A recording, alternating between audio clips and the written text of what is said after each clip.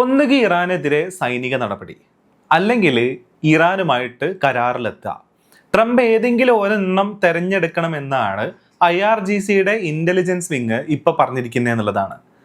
നമ്മളെ ലോകത്തിൽ ഈ രീതിയിലുള്ള ഭീഷണികൾ, ഈ രീതിയിലുള്ള ഭീഷണി സ്വരങ്ങൾ ഇന്നേ വരെ ലോകത്തിലുള്ള പല രാജ്യങ്ങളോടും അതേപോലെ തന്നെ പല ഭരണാധികാരികളോടും ഇറക്കിയിട്ടുള്ളത് ട്രംപും അല്ലെങ്കിൽ അമേരിക്കയും അമേരിക്കയുടെ ശിങ്കടികളുമാണെന്നുള്ളത് നമ്മൾ കാണണം. അതിനൊരു വിരാമം കുറിച്ചിരിക്കുകയാണ് സത്യത്തിൽ ഇറാൻ ഇവിടെ ചെയ്തിരിക്കുന്നത് ഈ ഒരു വാറിലൂടെ. അപ്പോൾ അമേരിക്ക എന്ന് പറയുന്ന സൂപ്പർ പവറിന്റെ കയ്യിൽ, അമേരിക്കയുടെ കയ്യിലുള്ള ആയുധങ്ങളും അമേരിക്കയുടെ കയ്യിലുള്ള സോഫിസ്റ്റിക്കേറ്റഡ് ആയിട്ടുള്ള വെപ്പൺസും ടെക്നോളജിയും എല്ലാം കണ്ട് നിങ്ങൾ ഭയന്നിരിക്കുകയാണെന്നുണ്ടെങ്കിൽ ഇവരുപയോഗിക്കുന്ന ഈ ടെക്നോളജിയും ഇവരുപയോഗിക്കുന്ന ഈ പറയുന്ന സോഫിസ്റ്റിക്കേറ്റഡ് ആയിട്ടുള്ള വെപ്പൺസും ഇവർക്ക് ഒരു ദിവസം ഉപയോഗിക്കണമെന്നുണ്ടെങ്കിൽ ഇവരുടെ സമ്പദ് വ്യവസ്ഥയിലും അല്ലെങ്കിൽ ഇവരുടെ ബഡ്ജറ്റിലും കോടികളുടെ നഷ്ടമാണ് ഉണ്ടാക്കുന്നത് എന്നൊരു കാര്യം ലോകത്തിന് കാണിച്ചു കൊടുക്കുകയൂടെ ചെയ്തിട്ടുണ്ട് ഇറാൻ എന്നുള്ളതാണ്. അപ്പൊ അവിടെയാണ് തിരിച്ച് ഇറാൻ ഇപ്പൊ ഭീഷണിപ്പെടുത്തിക്കൊണ്ടിരിക്കുന്നത്. മാത്രമല്ല, അമേരിക്കയുമായിട്ട് കരാറിലെത്താൻ വേണ്ടിയിട്ട് അമേരിക്ക വെക്കുന്ന കരാറുകൾ അംഗീകരിക്കുക എന്നുള്ള കാര്യത്തിൽ ഉപരിയായിട്ട് അമേരിക്കക്ക് മുന്നിൽ കരാറുകൾ വെക്കുകയും അമേരിക്കക്ക് മുന്നിൽ ഡിമാൻഡുകൾ വെക്കുകയും ആ ഡിമാൻഡുകളിലാണ് ചർച്ചയ്ക്കെങ്കിൽ ഞങ്ങൾ വരാം എന്ന രീതിയിലുള്ള സ്റ്റേൺ ആയിട്ടുള്ള നിലപാടെടുക്കാൻ കൂടെ ചെയ്യുന്നത് വേൾഡ് വാർ 2 ശേഷം നമ്മൾ ആദ്യമായിട്ടാണ് കാണുന്നത് എന്നുള്ളതും കൂടെ കാണണം. നമുക്കറിയാം, അമേരിക്ക വിയറ്റ്നാമിൽ നിന്ന് പുറത്തു വന്നതും അമേരിക്ക വിയറ്റ്നാം വിട്ട് ഓടിയ കഥകളൊക്കെ നമുക്ക് നന്നായിട്ട് അറിയാം. പക്ഷേ അവിടെയൊന്നും ഈ തരത്തിലുള്ള ഭീഷണികളുടെ സ്വരമോ അല്ലെങ്കിൽ ലോകത്തിൽ സ്റ്റേൺ ആയിട്ട് നിൽക്കുന്ന രീതിയിലുള്ള അന്തസ്സോടെ തലയുയർത്തി നിൽക്കുന്ന രീതിയിലുള്ള കാര്യങ്ങളോ വിയറ്റ്നാമൊന്നും സംഭവിച്ചിട്ടില്ല. നമുക്കറിയാം, വിയറ്റ്നാമിൽ അന്ന് സംഭവിച്ചത് ഗറില്ല വാർഫെയറിലൂടെ അമേരിക്കയെ തളർത്തുകയാണ് ചെയ്തത്. അമേരിക്കയിലേക്ക് ഒഴുകുന്ന പട്ടാളക്കാരുടെ ജീവനില്ലാത്ത കബന്ധങ്ങളുടെ എണ്ണം കൂട്ടുകയാണ് അന്ന് വിയറ്റ്നാമിലെ ഗറില്ല പട്ടാളക്കാർ ചെയ്തത്. അതൊന്നുമില്ലാണ്ട്, അത്തരത്തിലുള്ള രക്തച്ചൊരിച്ചിലുകൾ ഒന്നുമില്ലാണ്ട് തന്നെ നിങ്ങളുടെ സോഫിസ്റ്റിക്കേറ്റഡ് ആയിട്ടുള്ള വെപ്പണും കൊണ്ട് നിങ്ങൾ വരികയാണെന്നുണ്ടെങ്കിൽ ഞങ്ങൾക്ക് ഈ യുദ്ധത്തിനെ വേറെ തലങ്ങളിലേക്ക് കൊണ്ടുപോകാനും ഞങ്ങളുടെ മുന്നിൽ ചർച്ചയ്ക്കായിട്ട് നിങ്ങളെ വരുത്തിക്കാനുള്ള കാര്യങ്ങൾ തീരുമാനിക്കാനുള്ള കപ്പാസിറ്റി ഞങ്ങൾക്ക് ഉണ്ട് എന്നുള്ളത് ലോകത്തെ കാണിച്ചു കൊടുക്കുകയാണ് യഥാർത്ഥത്തിൽ ഇറാൻ ഈ ഒരു വാറിലൂടെ ചെയ്തത് എന്നുള്ളത് നമ്മൾ കാണണം. നമുക്കറിയാം, അമേരിക്കയുടെ ഭീഷണികൾ, നിങ്ങൾ ഈ കാര്യം ചെയ്തില്ല എന്നുണ്ടെങ്കിൽ നിങ്ങളുടെ മേലെ 50% താരിഫ് ഏർപ്പെടുത്തും, ഞങ്ങൾ പറയുന്ന കാര്യങ്ങളിലോട്ട് നിങ്ങൾ വന്നില്ലെങ്കിൽ നിങ്ങൾക്ക് ഈ തരത്തിലുള്ള ബുദ്ധിമുട്ടുകൾ ഉണ്ടാവും. ഇങ്ങനെ പല തരത്തിലുള്ള ഭീഷണികളും പലതരത്തിലുള്ള ഭീഷണി സന്ദേശങ്ങളും ലോക രാജ്യങ്ങളിലോട്ട് പല സമയങ്ങളിലും പല കാലങ്ങളിലായിട്ടും അമേരിക്ക നൽകിയിട്ടുണ്ട്. ഇത് നമുക്ക് അറിയാവുന്ന കാര്യമാണ്. 50% തീരുവ നമുക്ക് നേരെ ഉൾപ്പെടുത്തിയത് വരെ അതിനൊരു ഉദാഹരണമാണ്. എന്നാൽ ഈ കാര്യങ്ങൾക്കൊന്നും ചെവി കൊടുക്കേണ്ട ആവശ്യമില്ല.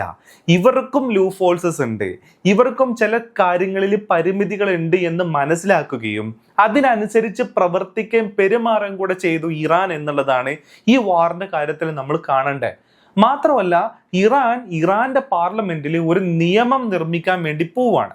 നമുക്കറിയാം, ഹോർമൂസിന്റെ ഭാവി കൺട്രോൾ എങ്ങനെ ആയിരിക്കണം എന്നുള്ള നിയമനിർമ്മാണത്തിലേക്ക് ഇറാൻ കടക്കുകയാണെന്നുള്ളത് മനസ്സിലാക്കണം. അതിന്റെ കൂടെ തന്നെ ഇസ്രായേൽ കപ്പലുകളെ ഒരു കാരണവശാലും ഹോർമൂസിലൂടെ കടത്തിവിടില്ല എന്ന തീരുമാനവും യുദ്ധത്തിലുണ്ടായ നാശനഷ്ടങ്ങൾക്ക് പരിഹാരമായാൽ മാത്രമേ അമേരിക്കൻ കപ്പലുകളെ ഹോർമൂസിലൂടെ കടത്തിവിടൂ എന്ന തീരുമാനത്തിലേക്കും ഇറാൻ എത്തുന്നു എന്നുള്ളതും ഈ വാറിനെ ഇറാൻ എങ്ങനെ കൈകാര്യം ചെയ്തു എന്നതിൻ്റെ ഒരു ബെസ്റ്റ് എക്സാമ്പിൾ ആണ്. നമുക്കറിയാം, ലോകത്തിലെ നാച്ചുറൽ ഗ്യാസിന്റെയും അതേപോലെ തന്നെ ഓയിലിന്റെയും 20% എക്സ്പോർട്ട് നടക്കുന്ന റൂട്ടാണ് ഈ പറയുന്ന ഹോർമൂസ് എന്ന് പറയുന്നത്. അവിടെ ഈ പറയുന്ന മറൈൻ ആപ്പുകൾ, ഈ പറയുന്ന ഫ്ലൈറ്റ് റഡാർ പോലെ ഈ പറയുന്ന ഷിപ്പ് റഡാർ ആപ്പുകൾ നിങ്ങൾ എടുത്ത് നോക്കുകയാണെന്നുണ്ടെങ്കിൽ ലോകത്തിൽ ഏതെല്ലാം കടലിലൂടെ ഏതെല്ലാം രാജ്യങ്ങളുടെ ഫ്ലാഗ് ക്യാരി ചെയ്ത് എത്ര കപ്പലുകൾ സഞ്ചരിക്കുന്നുണ്ട് എന്നുള്ളത് നിങ്ങൾക്ക് കാണാം. അവിടെ തന്നെ അമേരിക്കയുടെയും അതേപോലെ തന്നെ US-ന്റെ അലയായിട്ടുള്ള ഷിപ്പുകളും എത്ര എണ്ണം ഈ പറയുന്ന ഗൾഫ് ഓഫ് ഒമാനിലും അതേപോലെ തന്നെ ഹോർമൂസിന്റെ പരിസരത്തും ഉണ്ടോ എന്നുള്ളതും നമുക്ക് കാണാൻ പറ്റും.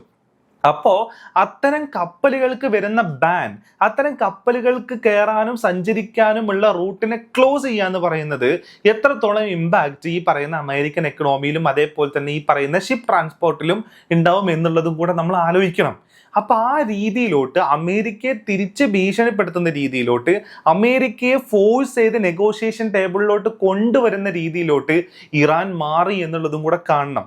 നമുക്കറിയാം അമേരിക്ക ഈ പറയുന്ന വാറിനെ സീസ് ചെയ്തതിന് ഒരുപാട് പല തരത്തിലുള്ള റീസൺസ് ഉണ്ട്. ഒന്നാമത്തെ റീസൺ എന്ന് പറയുന്നത് അവർക്ക് വന്നിട്ടുള്ള നഷ്ടമാണ്. അതായത് പീറ്റർ ഹെക്സത്തിനോട് ചോദിക്കുന്നുണ്ട്, നിങ്ങൾ ഈ വാറ് വിജയിച്ചോ, അല്ലെങ്കിൽ നിങ്ങൾക്ക് എത്രത്തോളം നഷ്ടം സംഭവിച്ചു എന്ന് പറയുമ്പോൾ ഈ പറയുന്ന പീറ്റർ ഹെക്സത്തിനെ ഉരുണ്ട് കളിക്കുന്നത് നിങ്ങൾക്ക് കാണാൻ പറ്റും അമേരിക്കൻ കോൺഗ്രസിൽ. അപ്പോഴാണ് വാൾ സ്ട്രീറ്റ് ജേണലിൽ ഒരു റിപ്പോർട്ട് വരുന്നത്, US-ന്റെ മിഡിൽ ഈസ്റ്റിലുള്ള എല്ലാ ബേസുകളും തകർന്നു, അത് ഇനി പുനർജീവിപ്പിക്കണം എന്നുണ്ടെങ്കിൽ ബില്യൺസ് ഓഫ് ഡോളർ ഇൻവെസ്റ്റ് ചെയ്താൽ മാത്രമേ അതിനെ പുനർജീവിപ്പിക്കാൻ പറ്റൂ എന്ന തരത്തിലുള്ള റിപ്പോർട്ടുകൾ ഓൾറെഡി വാൾ സ്ട്രീറ്റ് ജേണൽ പോലെയുള്ള ന്യൂസ് പേപ്പറുകളിൽ വന്നതായിട്ട് നമ്മൾ കണ്ടിട്ടുണ്ട്. മാത്രമല്ല അമേരിക്കയുടെ ഏകദേശം 34% വെപ്പണിൽ കുറവുണ്ടായി എന്നുള്ളതും കൂടെ നമ്മൾ കാണണം. അതുമല്ല 60 ദിവസം മാത്രമേ പ്രസിഡന്റിന് സ്വന്തം തീരുമാനപ്രകാരം വാറിലോട്ട് പോകാൻ പറ്റത്തുള്ളൂ.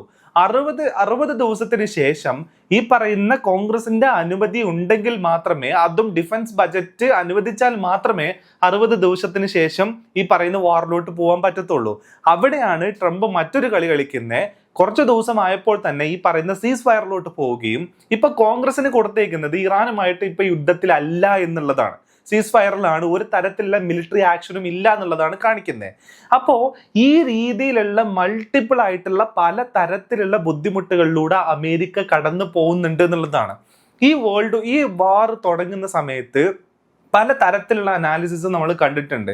അതായത് നമ്മളൊരു ത്രാസിൽ തൂക്കി നോക്കുകയാണെന്നുണ്ടെങ്കിൽ അതിൽ കാണാൻ പറ്റുന്ന എക്സ്ട്രീംലി ഹ്യൂജ് ആയിട്ടുള്ള ഇംബാലൻസ് 2 ദിവസം കൊണ്ടോ അല്ലെങ്കിൽ 2 ആഴ്ച കൊണ്ടോ തകർന്ന് തരിപ്പണമാവും ഇറാൻ എന്നുള്ളതാണ് നമ്മൾ കണ്ടത്. എന്നാൽ 2 ആഴ്ചയല്ല, ഇത്ര അധികം ദിവസം കഴിഞ്ഞു പോയിട്ടും ഇറാന് ഒരു തരത്തിലുള്ള പോറലും സംഭവിച്ചിട്ടില്ല എന്നുള്ളത് നമ്മൾ കാണണം. ഇറാന്റെ എക്കണോമിക്കും ഒരു തരത്തിലുള്ള തകരാറും സംഭവിച്ചിട്ടില്ല എന്നുള്ളത് കാണണം. 40 വർഷമായിട്ട് ഉപരോധത്തിലുള്ള ഒരു രാജ്യം, ആ രാജ്യത്തിന് അറിയാം ഏത് തരത്തിലുള്ള സാങ്ഷൻസ് വന്നാലും അതിന്റെ അലൈസിനെ ഉപയോഗിച്ചുകൊണ്ടും അതിന്റെ ജോഗ്രഫിക്കൽ ഘടന ഉപയോഗിച്ചുകൊണ്ടും എങ്ങനെ അതിനെ തരണം ചെയ്യണം എന്നുള്ളത്.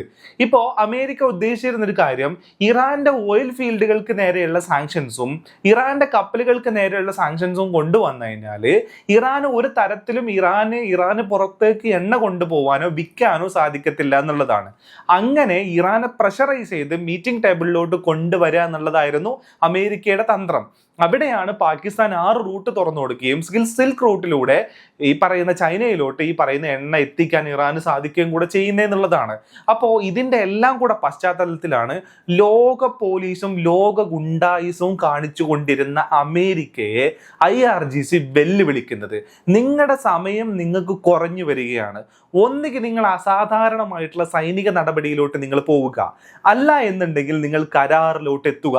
ഈ 2 തരത്തിലുള്ള ഭീഷണികൾ, ഈ ഭീഷണി ഇന്നേ വരെ ട്രംപ് ആണ് ലോകത്തോടും ഇറാനോടും പറഞ്ഞത്. എന്നാൽ അതിനെല്ലാം ആളുകൾ ഇപ്പോൾ വളരെ കോമഡി ആയിട്ടുള്ള, വളരെ തമാശ നിറഞ്ഞ രീതിയിലാണ് ആൾക്കാർ അത് എടുക്കുന്നത്. പക്ഷേ ഇറാന്റെ ഭാഗത്തുനിന്ന് വരുന്ന ഇത്തരത്തിലുള്ള ഭീഷണികൾ, ഇറാൻ ഇന്നേ വരെ അമേരിക്ക കാണാത്ത, അമേരിക്കക്ക് ഹാർട്ട് അറ്റാക്ക് ഉണ്ടാവുന്ന രീതിയിലുള്ള വെപ്പണിനെ ഞങ്ങൾ പുറത്തെടുക്കും, ഇവർക്ക് ഹാർട്ട് അറ്റാക്ക് ഉണ്ടാവാണ്ടിരുന്നാൽ മതി എന്നാണ് ഇറാൻ പറഞ്ഞത്.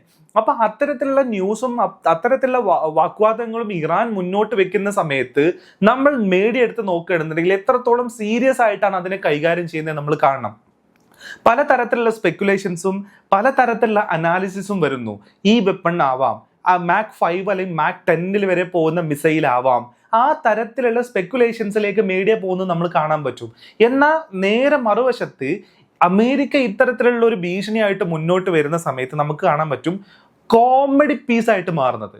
അതായത് AI ഉപയോഗിച്ചിട്ട് ഈ പറയുന്ന ഭീഷണികളെല്ലാം കൂടെ ഉൾപ്പെടുത്തിയിട്ടുള്ള സോങ് ആക്കുക, അല്ലെങ്കിൽ AI അനിമേറ്റഡ് വീഡിയോസ് ഇറക്കുക പോലെയുള്ള കോമഡി പീസ് കഥാപാത്രമായിട്ട് ട്രംപ് മാറുന്നത് നമുക്കിവിടെ കാണാമെന്നുള്ളതാണ്.